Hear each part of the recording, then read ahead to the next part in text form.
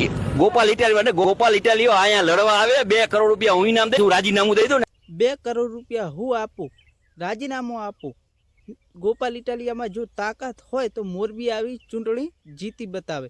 મિત્રો આ શબ્દો છે ભાજપના ધારાસભ્ય એવા મિત્રો કાંતિ અમૃતિયાના, જેમણે મિત્રો ગોપાલ ઇટાલિયાને ઓપનમાં ચેલેન્જ આપી દીધી છે કે જો ગોપાલ ઇટાલિયામાં તાકાત હોય તો મોરબી આવી ચૂંટણી જીતી બતાવે તો તેમને 2 કરોડ રૂપિયા આપશે. મારા ભાઈ તમને જણાવી દઈએ કે હમણાં થોડા સમય પહેલાં મિત્રો વિસાવદરમાં ચૂંટણી થઈ હતી અને જેમાં મિત્રો ગોપાલભાઈ ઇટાલિયા મિત્રો 17,000ના મતથી મિત્રો જીત્યા હતા.